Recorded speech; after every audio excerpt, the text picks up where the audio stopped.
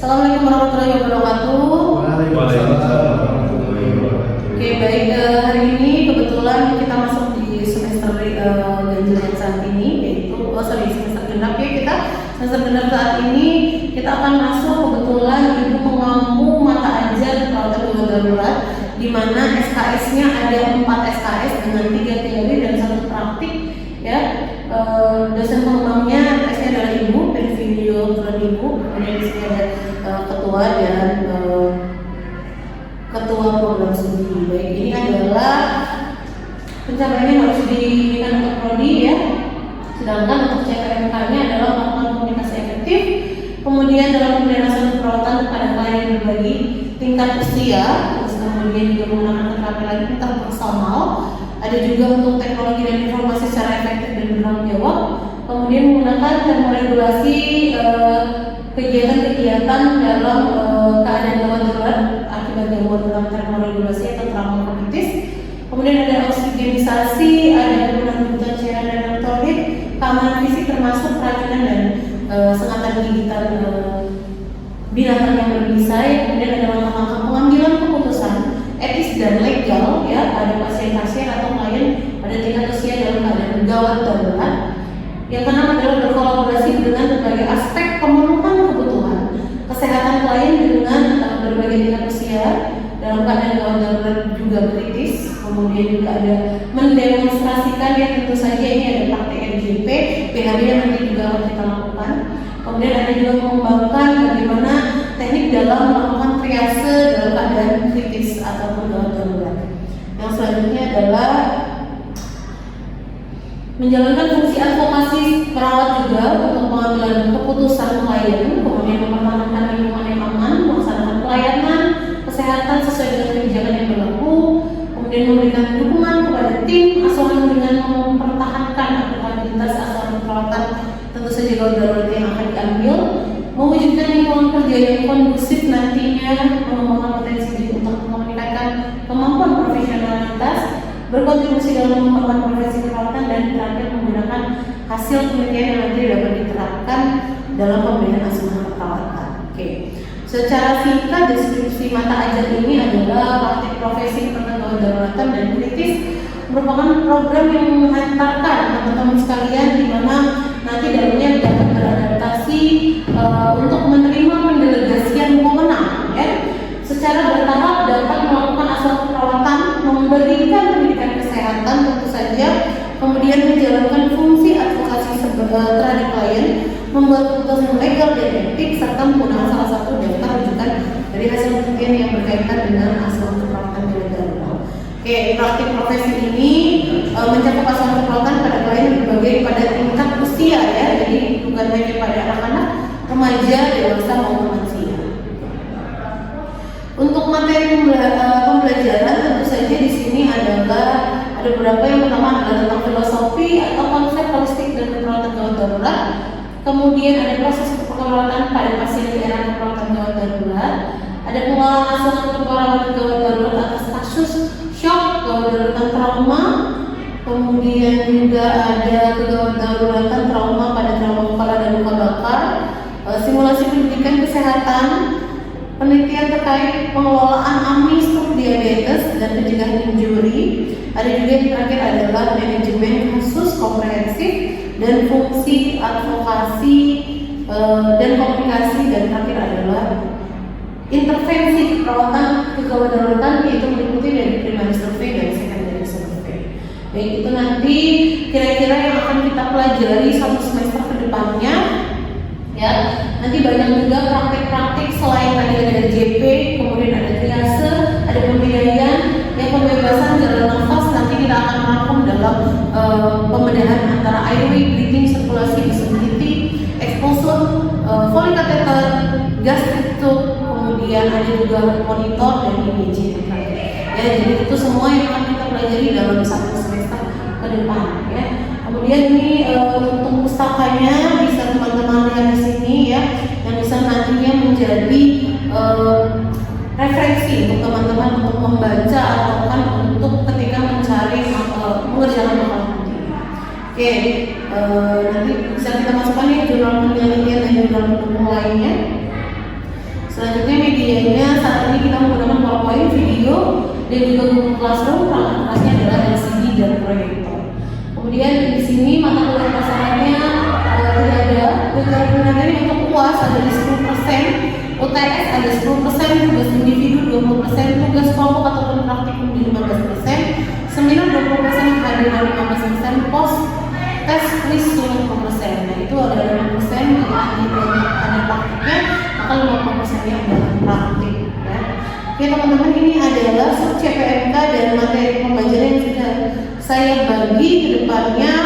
Kira-kira ada 14 minggu, 15 minggu, dan 16 minggu itu termasuk dari UTS dan UAS.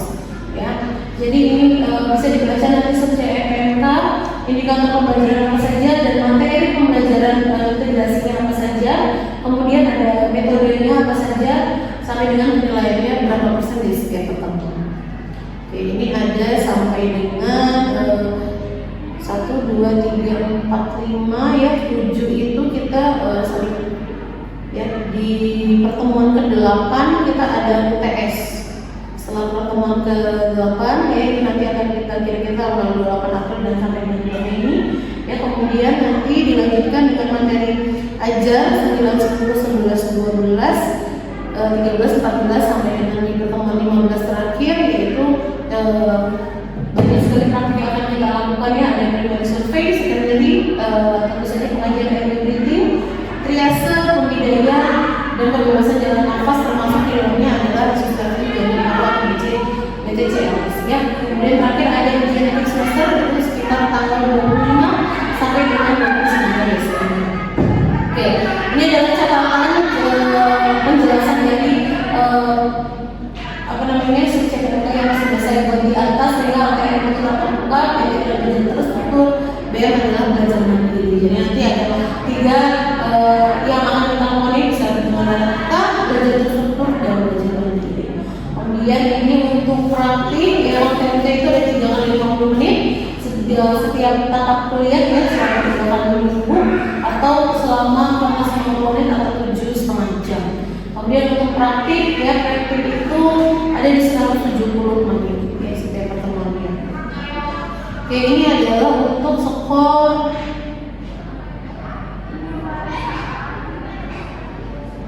ini adalah skor penilaian mata kuliah kita ya.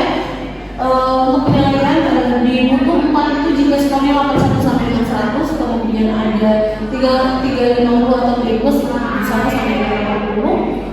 Kemudian ada baik dengan mutunya 3 yaitu 66, mulai 60 sampai dengan 70, dan selanjutnya sampai dengan 0 sampai dengan 45 itu 30 kali. Ya, tentu saja teman-teman di sini harapannya adalah teman-teman harus mendapatkan skor di antara 81 sampai dengan 100 ya. Oke, ini adalah sudah saya cantumkan untuk penilaian individu. Penilaian individu, kemudian ada komponennya apa saja, kemudian ada rubrik penilaian presentasi, dan untuk tugasnya sudah saya cantumkan di Google Classroom. Maka silakan dicek Google Classroom-nya untuk pertemuan selanjutnya. Terima kasih. Itu saja, mungkin ada yang ditanyakan dulu terkait dengan RPS yang saya jelaskan. Ada? Cukup. Oke, cukup. Baik, kita mungkin langsung saja masuk ke pembelajaran selanjutnya. Assalamualaikum warahmatullahi wabarakatuh. Oke, baik, hari ini seperti biasa di hari Senin kita akan memulai pelajaran kita, yaitu perawatan gawat darurat. Sampai dengan saat ini pertemuan kita sampai dengan untuk membahas trauma muskuloskeletal. Alangkah baiknya jika kita membaca surat pendek dahulu. Silahkan untuk ketua kelasnya untuk memimpin. Silahkan ketua kelasnya. Sebelum mulaian akal ini kita membaca surat pendek dulu. Surat pendek dimulai.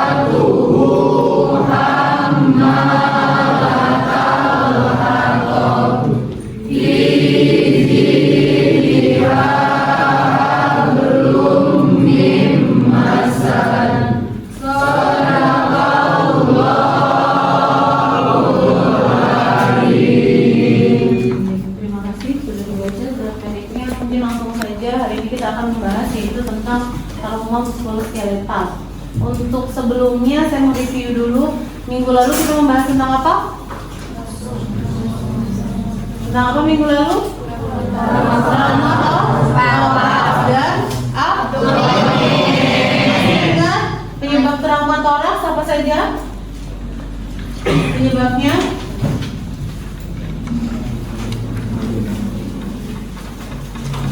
Lalu tanda-tanda trauma toraks mungkin ada yang masih ingat? Bisa menyebabkan apa saja? Gangguan pada sistem pernapasan. Apa tanda-tandanya? Serak. Terus ada bunyi lain, ada lagi? Ada 4 kemarin. Gangguan breathing yang dapat mengancam nyawa apa saja masih ingat? Apa saja baru? Open pneumotora, Oke. pneumotora, Dan kontusio paru yang keempat. Oke, terima kasih ya masih ingat. Oke, mungkin kita langsung saja. Hari ini kita akan membahas tentang trauma muskuloskeletal. Oke, ini terima kasih yang sudah mengerjakan tugasnya hari ini ya. Karena hari ini kita akan membahas trauma muskuloskeletal. Intervensinya tentu saja tentang pembidayaan. Ya, oke, kita akan membahas dulu sebelum kita melakukan pembidayaan. Oke, tujuannya untuk apa? Yang pertama adalah tujuannya teman-teman dapat mengetahui anatomi dan fisiologi muskuloskeletal. Walaupun awalnya di awal semester sudah dipelajari, ini adalah untuk mereview kembali, kemudian dapat menjelaskan jenis-jenis apa saja yang terjadi pada trauma muskuloskeletal. Yang ketiga juga melakukan pemeriksaan fisik pada pasien trauma muskuloskeletal. Jadi teman-teman bisa membedakan ini pasiennya fraktur atau tidak, gitu ya. Terus kemudian yang keempat mengetahui hal-hal penting yang dapat mengancam nyawa, melakukan penatrasan pada penderita. Tentu saja intervensinya apa? Kalau sudah tahu tanda dan gejalanya, kira-kira pasiennya mau saya apakan, gitu ya. Oke. Yang pertama pendahuluannya yaitu kecelakaan ini tuh dapat mengganggu ya fisik maupun mental tentu saja. Ya, fisik itu apa saja yang terjadi kalau muskuloskeletal? Fraktur, bisa fraktur terbuka, bisa fraktur tertutup. Ya. Sedang ini kebanyakan tidak langsung mengancam nyawa, tapi bisa pelan-pelan juga dapat mengancam nyawa. Terutama kalau frakturnya di daerah mana? Di dada, ras. Di mana lagi? Di pelvis. Apa lagi? Femoralis dan ya, apalagi kalau terjadi masif ya pendarahannya. Oke, kita akan sedikit ya mengulas ya sistem muskuloskeletal merupakan penunjang bentuk tubuh ya, yaitu terdiri dari sendi, tulang, otot, tendon dan ligamen. Yang pertama adalah sendi ya, sendi itu dibagi menjadi 3. Kalau teman-teman pada punya sendi nggak? Mana sih sendi itu? Kasih saya contoh. Oke, sendi itu yang bisa bergerak. Mana lagi sendinya? Di jari ada, di lutut ada, di mana lagi? Oke, kita akan membahas ini ada 3. Yang pertama adalah sendi fibrosa. Sendi fibrosa ini tidak dapat bergerak. Biasanya ada di sutura tulang tengkorak. Ya. Terus kemudian ada sendi kartilago yang sedikit bergeraknya, yaitu biasanya simfisis dan torakal. Di mana? Dinding dada. Jadi makanya kenapa kalau kalian bernafas dia akan mengembang, tidak banyak bergeraknya. Terus kemudian simfisis ini masih bisa gerak ya, simfisis kalian ini, tapi tidak banyak. Kemudian yang ketiga adalah sendi sinovial. Itu dapat bergerak bebas. Di mana tadi? Di lutut, ya, di sendi siku. Bisa digerakkan semua? Bisa. Berarti tidak ada gangguan pada sistem muskuloskeletal. Oke. Boleh ini? Oke. Yang selanjutnya adalah bagian penyambung ya. Tentu saja di sini terdapat sel-sel dan substansi dasar isinya ya. Kemudian berperan penting dalam reaksi imunitas dan peradaban ya. Tentu saja kalau misalnya ada cedera di sendi maupun itu di tulang, biasanya akan terjadi yang namanya peradaban atau bengkak, nyeri gitu. Ya, adanya serat-serat dalam substansi dasar tentu saja di otot itu seratnya banyak. Ya, selain serat ada juga syaraf yang kalian itu tahu. Oh, kalau dicek pakai sensoriknya ada geraknya. Nih apa? Neuronya juga ada gerakannya seperti itu ya. Kemudian adanya pateoglikan yang berfungsi sebagai bantalan pada sendi. Kalau sekarang bantalannya masih bagus-bagus nih, tapi ingat makin menua bantalan itu akan beriring usia itu akan terkikis. Makanya kalau sekarang banyak nenek-nenek, kakek-kakek ataupun yang disebut lansia itu pasti kalau misalnya bangun pagi ketika mau menggerakkan sendinya atau misalnya mau bangun itu kok sakit. Kenapa? Karena tulangnya itu bergesekan antara tulang dan tulang sehingga terjadilah nyeri karena tadi bantalannya sudah makin menipis. Kalau sekarang kan nggak ada kan yang keluarnya bangun pagi nyeri-nyeri gitu sendinya, sudah ada? Oke, belum ya, jangan kalau bisa.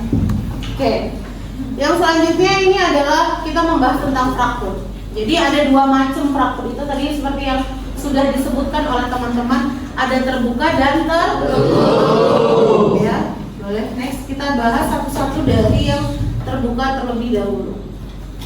Oke. Jadi ini adalah bedanya. Dimana kalau fraktur terbuka itu ujung tulang yang patah biasanya sangat tajam sehingga merobek, yaitu otot-otot yang ada di luarnya atau penghalang si tulang ya biasanya. Kemudian saraf dan pembuluh darahnya tentu saja bisa cedera, tapi tidak seluruhnya sarafnya bisa cedera. Biasanya pada bagian tertentu ya. Terus kemudian yang berbahaya lagi biasanya untuk bagian sekitarnya. Kenapa? Karena yang tajam tadi bisa merusak bagian sekitarnya. Ya. Terus kemudian kalau untuk fraktur tertutup tingkat bahaya ini tentu saja sama, cuma nggak kelihatan aja, cuma nggak keluar, ya. Dan perdarahannya yang cukup banyak ini khususnya pada tulang-tulang panjang. Di mana? Femoralis yang kita sebutkan ya, ada 4 bahkan hampir 5. Ada tempatnya satu lagi di retroperineal ya.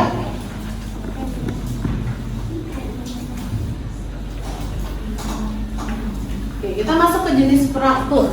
Nah, teman-teman di sini bisa lihat ya, ada beberapa fraktur yang tampak di sini. Jadi ada yang incomplete. Nah, biasanya ada radius dan ulna itu salah satunya yang patah itu makanya disebutnya grain stick atau incomplete. Jadi nggak komplit kan, ada 2 tulang kita di radius dan ulna ini yang salah satunya patah itu disebutnya fraktur incomplete atau grain stick. Ya. Terus kemudian ada yang kedua, transversa atau melintang, baik itu di tulang ke bawah di kaki ataupun tulang tangan. Biasanya kan kita punya 2 tulang ya. Kalau di radius dan ulna ini sama, kalau ini tadi gambarnya kaki, kalau di radius dan ulnanya patah dua-duanya, itu disebutnya adalah fraktur transversa atau melintang. Gitu. Terjadi fraktur di antara kedua tulang tersebut. Kemudian yang ketiga adalah fraktur simple. Ya, kalau simple gimana? Simple tuh ya udah patah. Bedanya sama yang grain stick atau incomplete adalah yang incomplete agak sedikit hancur. Ya, jadi bedakan di situ. Ya, kalau yang simple itu hanya langsung patah. Ya, kalau yang green stick kalau hampir sama ya Bu, patahnya cuma sebelah betul. Tapi yang di green stick itu biasanya agak sedikit ada hancurnya. Kemudian kita lihat lagi jenis-jenis fraktur lainnya. Ya, kemudian ada yang oblik atau miring ya. Oblik itu miring, terus kemudian ada kominuta. Kominuta ini biasanya agak sedikit di dekat sendi, ya. Biasanya dia hampir hancur, terlihat dari gambar ya. Nah, ada lagi yang spiral. Nah, spiral ini patahnya banyak, ya. Di satu tulang tapi patahnya banyak, ya. Yang terakhir adalah majemuk. Nah, majemuk inilah yang terjadi ketika ada fraktur terbuka. Ya, jadi kalau lihat teman-teman sekarang udah bisa bedain ya. Ini adalah fraktur-fraktur. Apakah yang lain tidak bisa menyebabkan fraktur terbuka, Bu? Yang lain bisa menyebabkan cedera di sel-sel ataupun sistem saraf. Ya, yang fraktur terbuka adalah namanya majemuk. Gitu. Oke teman-teman, kita masuk ke tanda dan gejala fraktur. Nah, sampai dengan saat ini, tahu nggak sih tanda gejala orang kalau patah kaki, patah tangan? Nyeri, memar, apa lagi? Hah? Apa? Betul, tidak bisa jalan atau tidak bisa digerakkan atau fungsiolesa. Betul. Apa lagi? Ada lagi? ini aja, apa saja? Tidak punya kekuatan ya atau fungsi lesal maksudnya tetap. Apalagi masih ingat tanda-tanda infeksi? Lubor, alor, dolor. Apalagi? Tumor, itu ada tumor itu bengkak. Fungsiolesa, ya. Jadi itu jangan dilupakan tanda-tanda itu, ya. Yang satu lagi adalah paling pasti adalah bunyi krepitasi. Tahu bunyi krepitasi seperti apa? Krok-krok. Oke, pernah main-main di ladang yang banyak ranting-ranting kecilnya, terus ketika lari-larian kamu injek bunyinya seperti apa? Gitu. Nah itu hampir sama. Kalau pada traktor itu namanya apa tadi bunyinya? Tanda gejala ada nyeri, bengkak. Kok tadi bingung? Ada loh di sini. Nyeri, bengkak, deformitas, krepitasi. Ya, deformitas itu adalah jadi bentuknya nggak sama. Tadinya panjangnya sama-sama, tangan kan nggak ada yang panjang sebelah ya, kecuali sudah cacat. Kaki juga nggak ada yang panjang sebelah. Kalau terjadi deformitas atau panjang satu atau lebih pendek satu, berarti terjadinya fraktur. Ya itu teman-teman harus juga. Ya, fraktur femur ini biasanya hati-hati ya. Dia dapat kehilangan darah lebih dari 1 liter. Walaupun belum terjadi shock, tapi hati-hati karena kehilangan darah tadi kemarin apa setelah kita bahas shock, masih ingat? Kehilangan darah berapa? 1.500. Ya. Terus kemudian di mana lagi? Ada faktor Kenapa? Karena di dalamnya biasanya ada di dekat rongga abdomen dan peritoneal. Ya, itu dapat juga menyebabkan shock hemoragis. Ya, fraktur pelvis juga hati-hati dapat mencederai buli. Nanti kita bahas ya. Oke, yang selanjutnya adalah amputasi. Oke. Kalau tadi kita ngomongin fraktur, Bu, apakah semua yang fraktur harus diamputasi? Tidak. Ya, tentu saja tidak. Amputasi ini adalah tentu dapat tertentu. Ini harus biasanya dia dapat mengancam nyawa orangnya sehingga dia harus dilakukan amputasi. Karena kalau tidak diamputasi, maka ini bisa sel tubuh yang mati ini atau jaringan yang mati ini bisa makin menyumbat, sehingga harus dilakukan amputasi. Kemudian perdarahan yang timbul juga bisa masif. Nah, biar tidak timbul masif ini biasanya harus dipotong atau di casting kembali sehingga menghentikan pendarahan. Nah, terus kemudian bisa juga dilakukan dengan tourniquet. Untuk apa? Untuk menghentikan pendarahan, tapi tidak disarankan. Kenapa? Karena yang tadinya harusnya misalnya nih kalau dia pendarahan hebat, terus kalian tourniquet, khawatirnya adalah dapat melakukan terjadinya kematian jaringan. Jadi kalau bisa jangan, kan suka ya ada yang medical segala macam. Nah, pasti dulu juga suka ya kalian contoh gimana sih tanda-tanda kematian jaringan. Ada yang dulu waktu kecil suka main tangannya diikat pakai karet gitu ya. Sampai dingin, sampai biru-biru. Ya. Itu kan kamu kayak lucu ya gitu. Kamu tahu nggak itu bahaya? Kenapa kalau itu dibiarin terus kamu ketiduran? Ininya kemarin lihat ya, kemarin waktu kalau kena cedera thermal karena suhu dingin apa namanya? Frostbite. Nah, itu kalau itu bisa menyebabkan frostbite. Jadi kalau kita dulu kayaknya lucu, tapi ternyata itu nggak lucu. Ya itu juga bahaya gitu ya. Karena kalau udah terjadi frostbite, maka ini harus diamputasi. Kalau nggak diamputasi dia akan menyebar ke jaringan yang lain. Ya, kemudian bawa bagian yang lain. Jadi nanti kalau misalnya sebagai petugas kesehatan atau sebagai petugas rumah sakit tiba-tiba dikirimkan kalian tim ambulannya, ada orang yang kecelakaan, entah itu jaringnya terpotong, entah itu tangannya terpotong segala macam ketinggalan, itu hati-hati jangan ditinggalkan. Ya, bawa, tapi cara membawanya juga ada caranya. Jadi kita bahas ya. Bawa bagian yang terpotong ke rumah sakitnya juga. Siapa tahu bisa disambungkan kembali.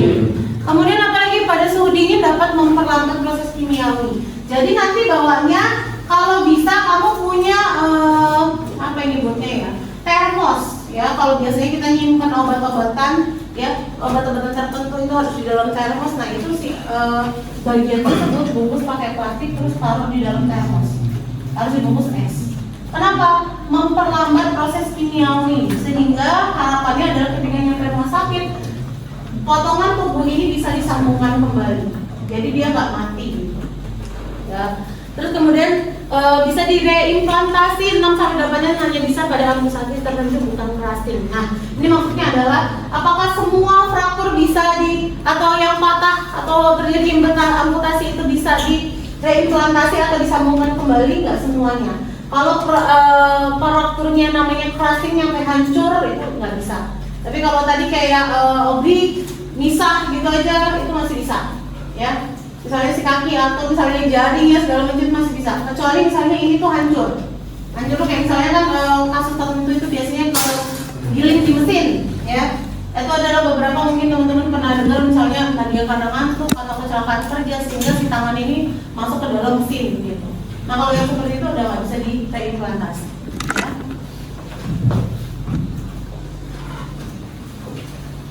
Ini adalah cara membawa bagian yang terpotong yang saya bilang tadi. Yang pertama adalah bersihkan dulu dengan cairan isotonik. Apa aja Bu ya? Kalau nggak ada sekalipun yang penting minimal dia air pengalir. Gitu. Ya kalau bisa sih ya RL, NaCl itu lebih bagus. Tapi kalau nggak ada ya maka ya minimal pakai air mengalir ya. Terus kemudian bungkus dengan kasa steril. Nggak ada bukasannya kain lah atau apa tapi yang bersih. Ya, tapi kalau bisa kalau memang petugas kesehatan yang harus kasa steril. Masukkan ke dalam kantong plastik, kemudian kantong plastiknya dimasukkan ke dalam termos atau kantong plastik yang berisi batu es. Ya, ini yang tadi saya sebut untuk memperlambat proses kimiawi, di mana bawa hati-hati. Ini yang suka PR, ya. Misal karena udah sesak keluarga si korban datang ikutan naik ke ambulan. Jadi kamu ketinggalan, kamu bawa nih jarinya sendiri atau tangannya sendiri. Nah yang suka miss itu di sini. Maka kalau kamu nggak ikut, maka si potongan tubuhnya ini harus dibawa sama si pasien, biar orang tahu. Karena kalau dibawanya misal kamu naik di mobil lain, pasiennya masuk, akan dianggap ini udah pasiennya udah nggak ada tangannya atau nggak ada jarinya gitu. Jadi jangan sekali-kali karena ini pernah ada kejadian sehingga si jarinya itu dianggap ya udah nggak ada gitu. Padahal jarinya ada, datang terakhir gitu. Karena saking tadi rame yang mau ikut mobil ambulans sehingga nah ini ketinggalan. Nah ini hati-hati ya, kalaupun kamu nggak naik, ya titipkan atau siapapun yang ada di mobil ambulans itu. Minimal supirnya kan udah pasti ikut ya, nggak mungkin supirnya nggak ikut gitu ya. Jadi titipkan bagian atau tubuh yang terpotong pada orang yang ada di mobil ambulans bersama dengan orang atau si pasiennya. Oke, sekarang kita masuk ke dislokasi. Ya.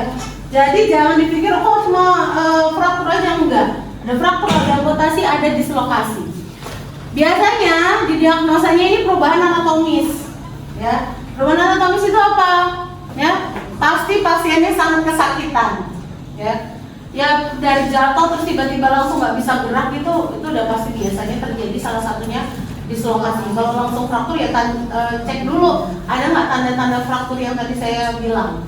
Ya, terus kemudian ada neurovaskular yang dapat mengulangi kerusakan. Biasanya ketika kita suruh gerakin nggak mau, misalnya atau bukan nggak mau, nggak bisa. Ya, coba bapak misalnya dislokasinya di bagian knee atau lutut ya, di bagian knee itu biasanya disuruh gerakin kakinya itu udah nggak bisa. Ya, atau disuruh napak itu udah nggak bisa. Ya, terus kemudian nah ini dia. Jangan melakukan reposisi. Ini biasanya yang suka kita lakukan, benar nggak? Ya mungkin saya termasuk kemarin di dalamnya ya. Kebetulan saya baru kemarin ini dislokasi. Mungkin ada beberapa orang yang kemarin bantuin saya tuh. Ya itu tanda-tanda dislokasi. Saya nggak bisa napak. Ya awalnya kan biasanya kita maksa. Nah itu namanya melakukan reposisi. Atau kita kan ada nih orang-orang kalau di tempat olahraga dibantuin benerin kecuali dia bener-bener khusus ahli ya, itu boleh. Tapi kalau kamu nggak punya kemampuan tertentu, jangan melakukan pembenaran. Atau misalnya tiba-tiba ini jatuh nih ke sini, mau kamu naikin lagi ke atas atau segala macam itu jangan. Ya, jangan dilakukan reposisi karena itu sakit banget. Ya, terus kemudian imobilisasi dengan bidai kalau bisa, kalau ada. Yang terakhir adalah konsultasikan ke ahli bedah. Ya, apakah perlu dilakukan pembedahan ataupun tidak.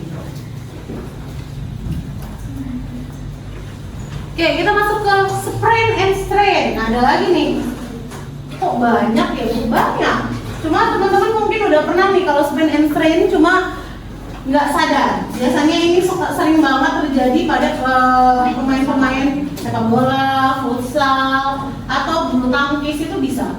Ya, spleen ini biasanya tanda gejalanya adalah ini tuh penarikan ligamen. Nah, biasanya orang yang tiba-tiba FOMO ikut-ikutan olahraga, ya kan sekarang lagi banyak tuh main bulu tangkis segala macem, ya badminton atau apa, yang dia nggak biasa tiba-tiba kaget, ya mungkin ada frozen shoulder sebelumnya, ya nggak pernah kaku lah bahasanya, ya karena nggak pernah olahraga tiba-tiba maksain.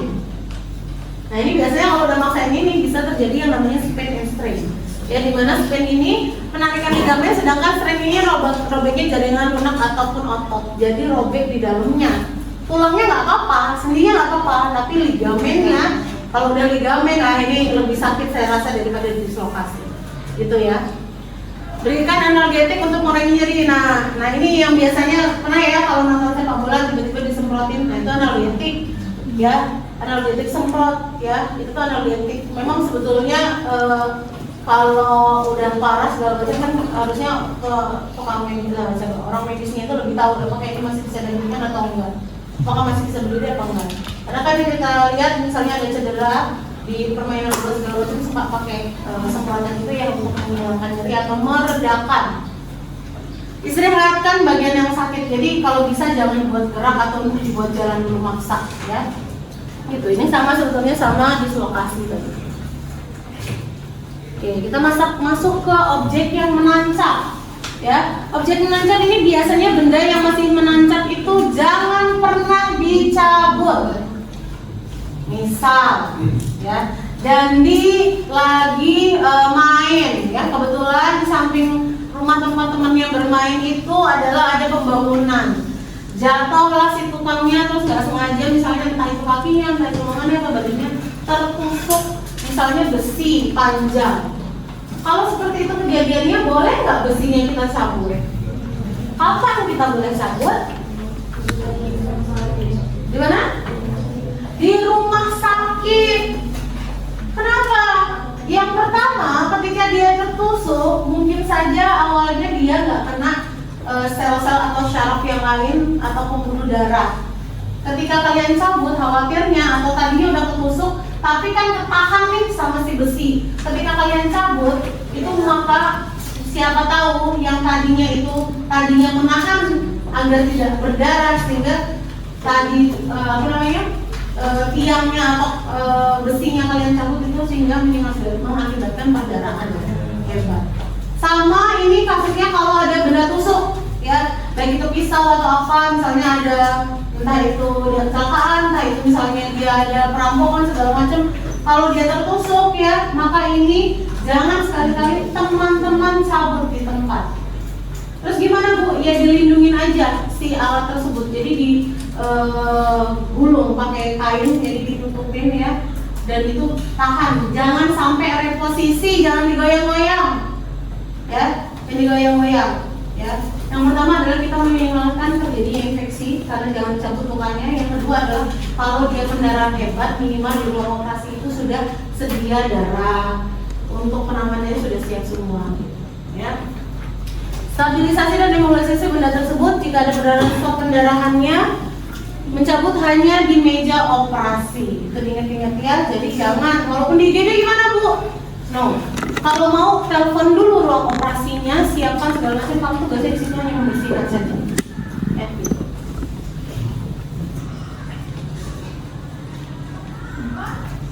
Nah, kita masuk ke sindroma kompartemen. Kebanyakan. Oke, apa ini sindroma kompartemen? Biasanya terjadi akibat adanya perdarahan di dalam ataupun ruangan tertutup. Ya, kemudian biasanya terjadi pada femur, lengan, kaki, dan regio glutea. Gejalanya nyeri, bengkak, sensitivitas menurun hingga parestesi. Parestesi itu udah nggak ada rasa, mati rasa gitu. Ya, tindakannya buka balutan yang menekan. Nah ini sindroma kompartemen, hati-hati. Terjadi karena biasanya teman-teman ini kekencangan ketika membalut atau ketika melakukan pembidaian. Yang tadinya harusnya kakinya nggak kenapa-napa, gara-gara terlalu kencang tadi sehingga terjadilah namanya sindroma kompartemen. Ya, nanti kita akan cek. Maka sebelum melakukan yang namanya pembidayaan itu ada cek PMS. Apa PMS? Pulsasi, motorik, sensorik. Jadi yakinkan pulsasinya ada, motoriknya bekerja, sensoriknya jalan. Setelah dilakukan pembidayaan, dicek juga PMS-nya itu. Kalau nggak ada PMS-nya berarti kamu sindroma kompartemen. Orangnya bisa mengakibatkan orang pada pasiennya sindroma kompartemen. Jadi orangnya cuma fraktur, gara-gara kamu bisa terjadi sindroma kompartemen. Ini hati-hati ya. Kemudian buka balutan yang menekan tindakannya, monitor fungsi saraf dan vaskularisasi yang saya bilang tadi PMS-nya. Yang selanjutnya adalah konsul ke ahli bedah untuk fasiotomi. Mana udah tahu ya fasiotomi? Di belai. Masih ingat ya gambar fasiotomi kemarin? Boleh dilakukan oleh perawat? Tidak. Hanya oleh dokter. Selanjutnya untuk pemeriksaan MIST ya. Oke, pemeriksaannya yang pertama adalah melakukan anamnesa. Ya, seperti yang sudah saya berikan formatnya, itu adalah salah satu penilaian pada pasien trauma ya, bisa digunakan untuk di situ. Nanti kita akan mempelajari sedikit ya. Anamnesa tanya biomekanika traumanya. Ya, soalnya kemarin di awal saya mengajarkan biomekanika trauma itu biar apa? Biar kamu kebayang kalau dia tuh patahnya di sini, biasanya kejadiannya bagaimana? Atau kalau dia bilang patahnya seberapa, kan kamu tadi nggak bisa tahu fraktur tadi ya, kalau nggak terbuka ya pasti nggak bisa membayang itu frakturnya terjadinya kayak apa. Tapi ketika tahu biomekanika traumanya, maka kamu sudah punya gambaran. Kalau dia tabrak dari pinggir misalnya, frakturnya bentuknya seperti apa? Ditabrak dari depan, frakturnya seperti apa? Atau dia jatuhnya seperti apa? Kemarin dari atas itu apa kepalanya duluan atau kakinya duluan, itu sudah punya gambaran ya. Kemudian diinspeksi. Inspeksi itu maka di situ dilihat. Inspeksi itu dilihat kira-kira ada nggak deformiti atau deformitas. Apa tadi deformitas? Panjang sebelah atau beratnya tidak sesuai. Kemudian adanya pembang, adanya laksanasia atau sobekan dan tenderness. Kemudian ketika dipalpasi, yang saya bilang tadi, ketika dipalpasi tempat yang fraktur, palpasi itu seperti ini. Ada bunyi crepi, kemudian ada fungsi olesa nggak bisa digunakan sebagaimana mestinya. Misalnya tangannya ini yang fraktur ya, misalnya di bagian apa? Radiusnya, misalnya atau ulnanya, ketika diangkat itu dia coba diangkat Kak misalnya, atau T atau AA, itu biasanya tangannya udah nggak kuat yang tadi, letoi kalau katanya si awak ya. Jadi lemes ininya, itu nggak punya kekuatan ya. Terus kemudian ada lagi apa? Nyeri pada sendinya. Ini biasanya terjadi kalau pasiennya apa tadi, dislokasi. Di mana tadi kalau sendinya nyeri apa lagi? Di mana? Dekat sendi? PNS, sepeda, ligamen maupun ya. Kemudian ada lagi apa? Pulsasi, sensorik dan motorik, ini biasanya ada gangguan. Jadi ketika kalian kasih sensorik itu tidak ada refleks atau gerakan apa-apa. Harusnya kan geli ya kan, atau motoriknya suruh gerakin, coba gerakin tangannya, ini yang gerakin cuma 1 atau 2, yang ini nggak mau. Nah, itu biasanya gangguan pada motoriknya ya. Kita masuk ke penanganan. Yang pertama adalah proteksi diri. Selalu saya ingetin, mau apapun tindakannya, yang pertama 3A itu siapa yang aman? Sama.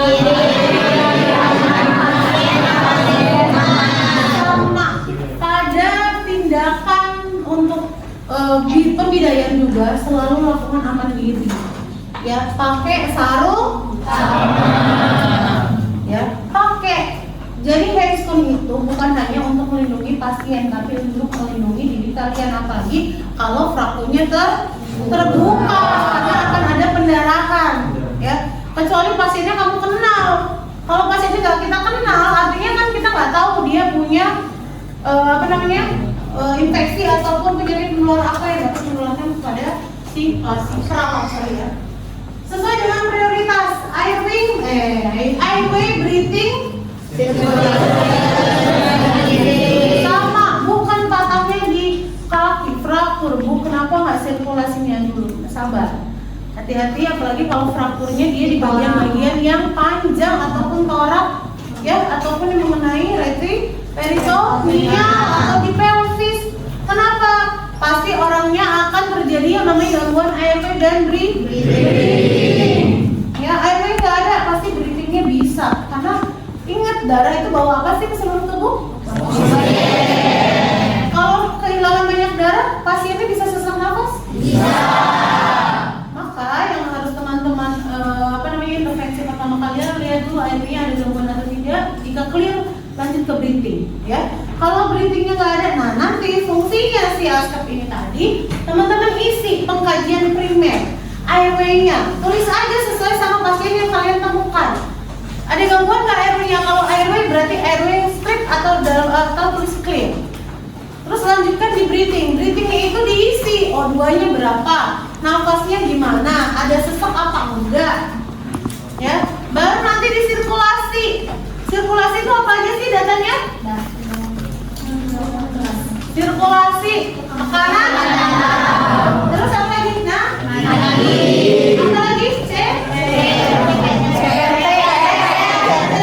Normalnya CRT berapa normalnya? Kurang dari 2 detik. Siapa yang menit tadi? Ya, kurang dari 2 detik.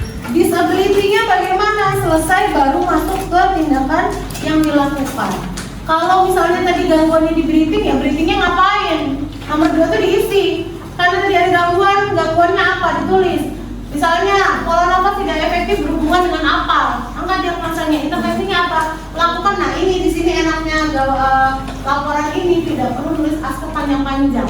Kamu cukup langsung tulis. Berikan O2 dengan misalnya rebreathing mask, gitu langsung. Karena di sini namanya tindakan IGD itu tuh yang cepat, paham?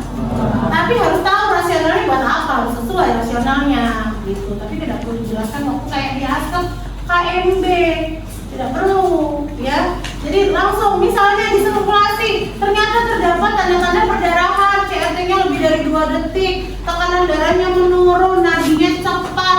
Apa intervensinya? Berikan infus 2 jalur, tambahin. Kenapa dia sirkulasinya keganggu? Misalnya ada fraktur di bagian femoralis, ada pendarahan, dilakukan batu tekan, terus kemudian yang selanjutnya adalah infus 2 jalur dengan RL atau cairan hangat. Gitu. Gampang kan? Ya belum dipraktekin, jadi masih kayaknya bisa susah gitu ya. Kemudian tujuannya apa? Tujuannya adalah untuk mengurangi rasa nyeri, cacat, dan komplikasi, ya. Menghentikan pendarahan selalu dengan baru tekan, hati-hati. Baru tekan itu ada konsepnya, jangan sampai terjadi yang namanya apa tadi?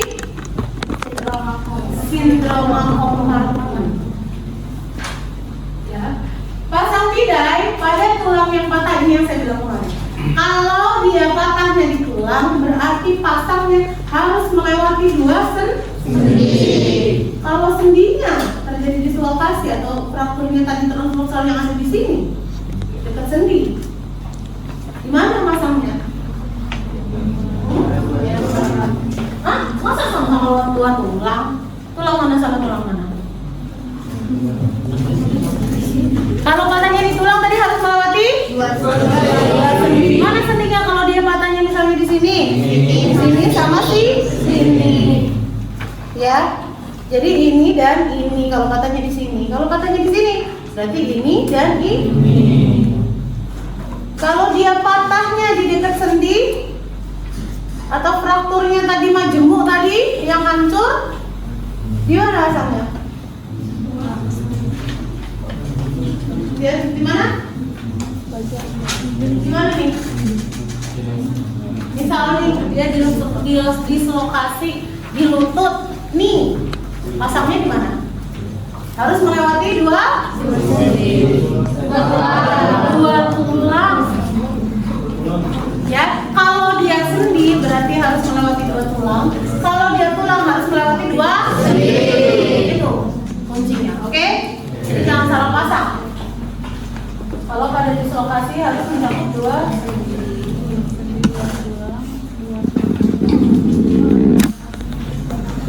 Oke, aturan umumnya apa nih pasang bidai?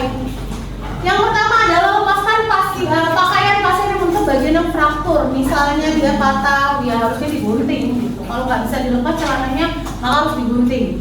Ya, jangan disobek, digunting aja. Susah nyobeknya. Ya, Bu nanti orangnya minta ganti ya nggak apa-apa, wes dijelaskan saja nanti akhirnya. Ya, terus kemudian periksa pulsasi dan sound series bagian distal. Makanya saya bilang tadi, kalau misalnya dia frakturnya di sini, cek dulu pulsasinya. Kalau di sini pulsasinya di mana? Apa ini namanya? Iya namanya apa? Tadi apa ini? Radialis. Terima kasih baru ya. Jadi nadia radialisnya. Cek nadinya masih berdenyut enggak? Bukan dihitung ya, dicek aja ada apa enggak. Oh nadinya ada. Kemudian sensoriknya, ada rasa geli-geli enggak? Motoriknya coba bapak gerakin tangannya atau ibu gerakin tangannya. Sama di bagian kaki pun sama. Coba apa namanya, kalau di kaki namanya apa Nadia apa? Femoralis. Di mana? Di atas bagian punggung kaki. Ya, dicek tuh femoralisnya ada enggak. Kalau nggak ada ya berarti dicatat. Berarti bukan kesalahan sindroma kompartemen nantinya. Jadi kamu akan itu paham. Ya, jadi kalau itu harus dicek dulu. Oh, pulsasinya ada. Motoriknya Bapak silakan Pak digerak-gerakkan kaki-kakinya Pak. Nah, bisa. Sensoriknya disuruh rasakan ada enggak. Pokoknya harus cek PMS singkatannya. Ya, bukan pramenstruasi ya. PMS itu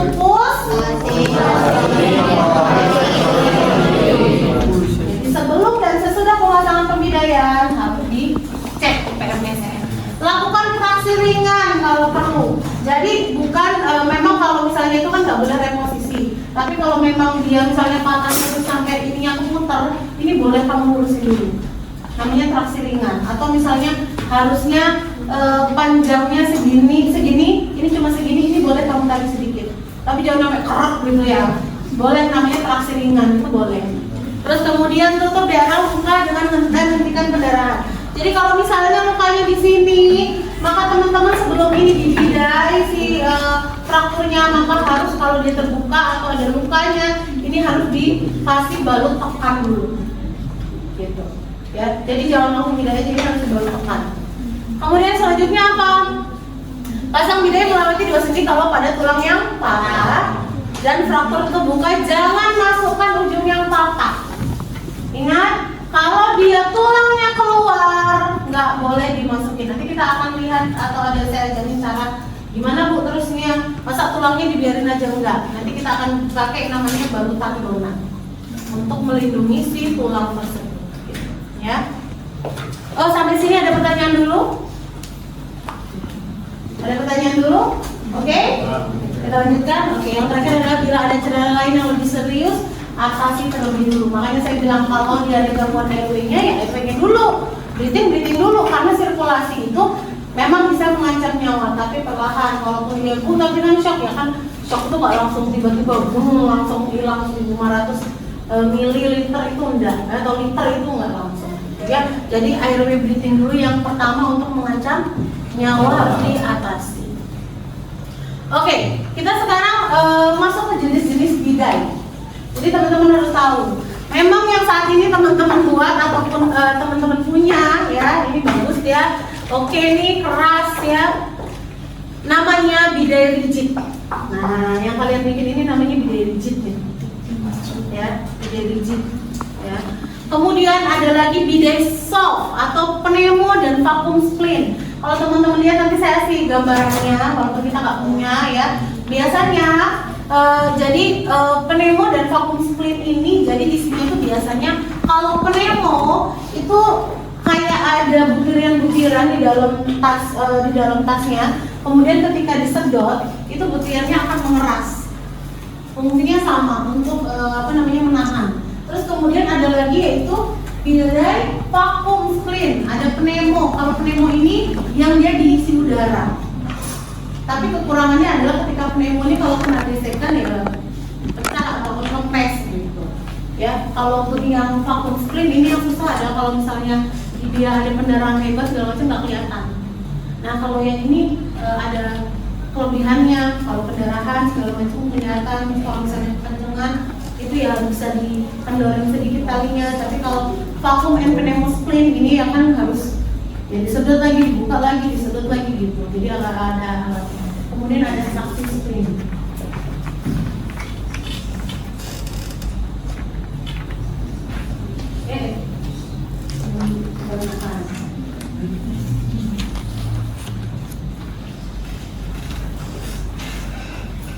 Oke, yang terakhir adalah sling and slot. Mungkin ada yang pernah tangannya diginiin.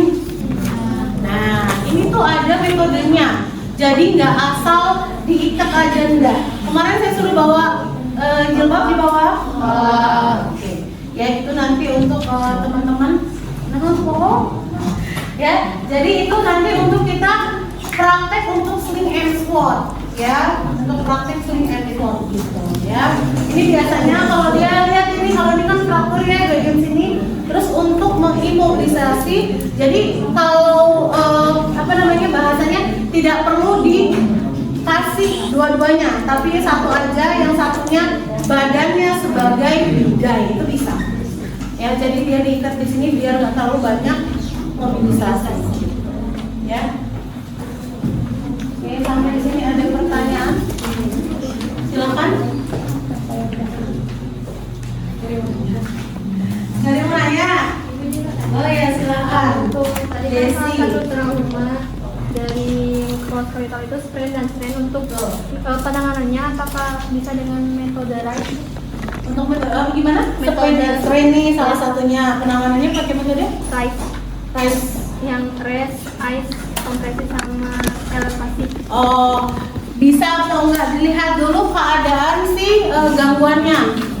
Jadi kalau misalnya saat itu bisa ditangani kayak tadi kan kita nggak lihat apakah sprain and strain-nya benar-benar terjadi hanya pada lukanya atau robekan ligamennya saja.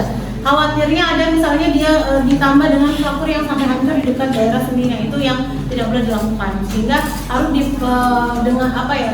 Sementara itu yang paling mudah adalah lakukan imobilisasi. Jadi kalau sudah terlihat hasilnya atau sudah ada sinyal hasil X-ray-nya apakah dia hancur atau kalau dia ada robekan lain atau segala macam, sehingga bisa diberikan intervensi selanjutnya. Gitu. Jadi memang kalau yang kayak gini tuh minimal ya kita meminimalisir, tapi jangan sampai memperparah keadaan pasiennya. Itu ya Des. Oh ya, terima kasih. Ada lagi? Nggak ada? Oke, baik. Kalau nggak ada, mungkin saya mau reformasi dulu sedikit ya.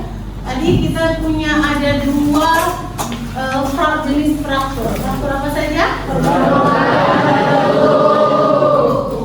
Penanganannya sama nggak? Kalau terbuka gimana? Kalau terbuka itu misalnya ada tulang yang mencuat keluar, boleh nggak langsung dibidai? Diapakan dulu? Dipakaikan balut donat. Terima kasih awal. Pakaikan balut donat dulu, baru dilakukan boleh nggak saya masukkan luka yang keluar tulang yang keluar tadi? Boleh dimasukkan di mana? Pada saat apa? Di ruang operasi. Oke, kalau pada sindroma kompartemen apa sih yang terjadi? Pada sindroma kompartemen apa sih yang terjadi pada pasiennya? Satu coba. Silakan. Iya, silakan Rani. Sindroma kompartemen terjadi akibat adanya perdarahan di dalam atau di ruangan itu, di ruang yang tertutup. Oke, yang diakibatkan kenapa? Terlalu kencang.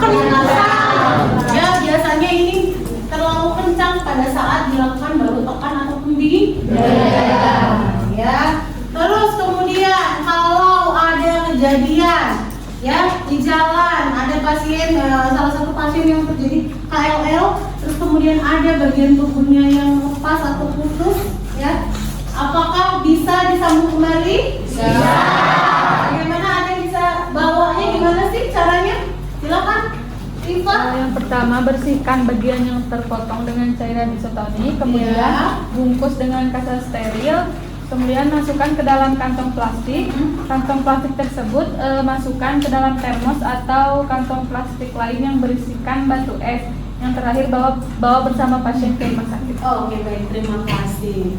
Ya, berarti tadi sudah paham sedikit lebihnya tentang teori tentang fraktur ya, dan gangguan-gangguan pada muskuloskeletal. Oke, selanjutnya adalah nanti kita akan ketemu waktu di praktik pembudidayaan. Saya akhiri untuk pertemuan hari ini. Terima kasih atas kesempatannya. Ya, semoga materinya ini menjadi informasi tambahan buat teman-teman. Amin. Wassalamualaikum warahmatullahi wabarakatuh. Waalaikumsalam warahmatullahi wabarakatuh.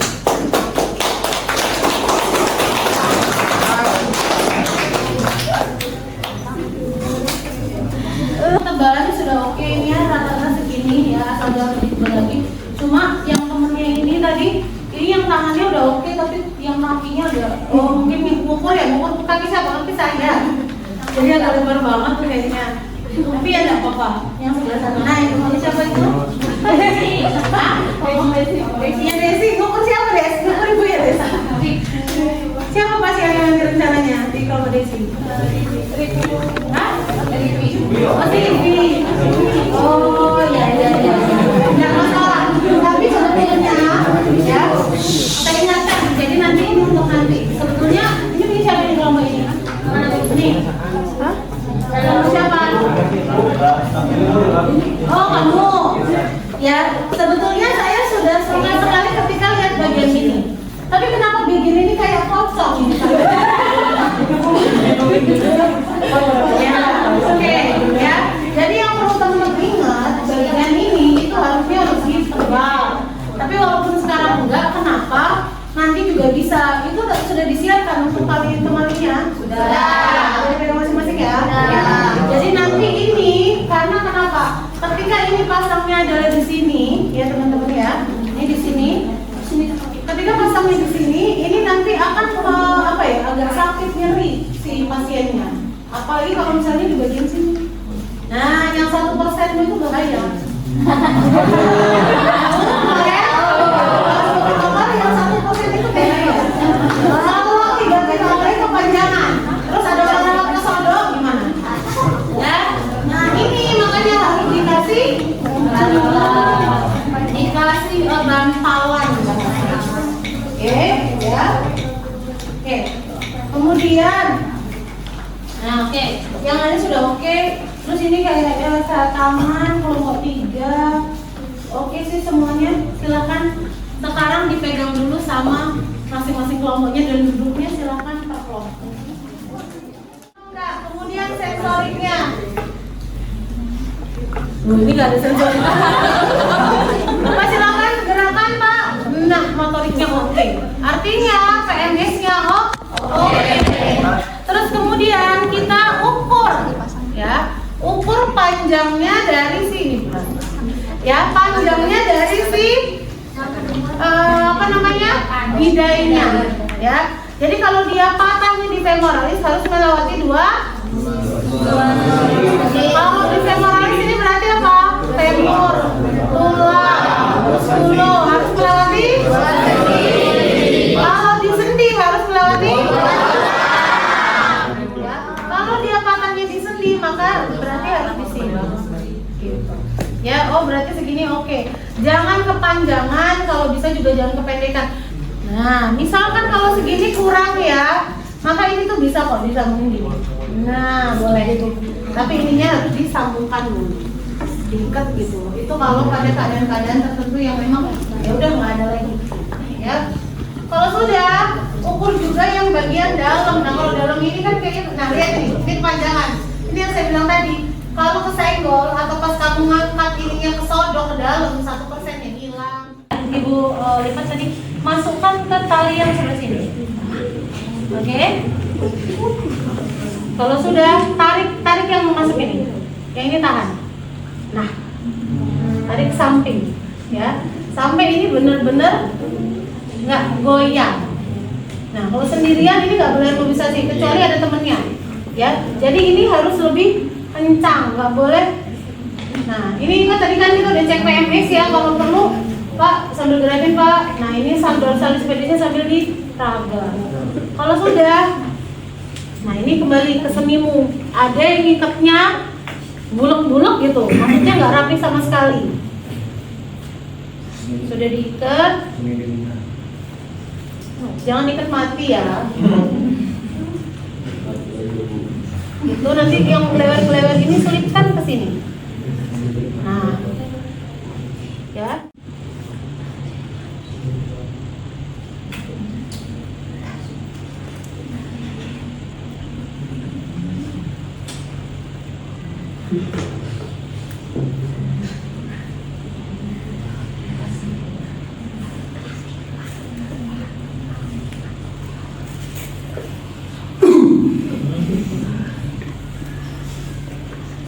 Yang bulan ini.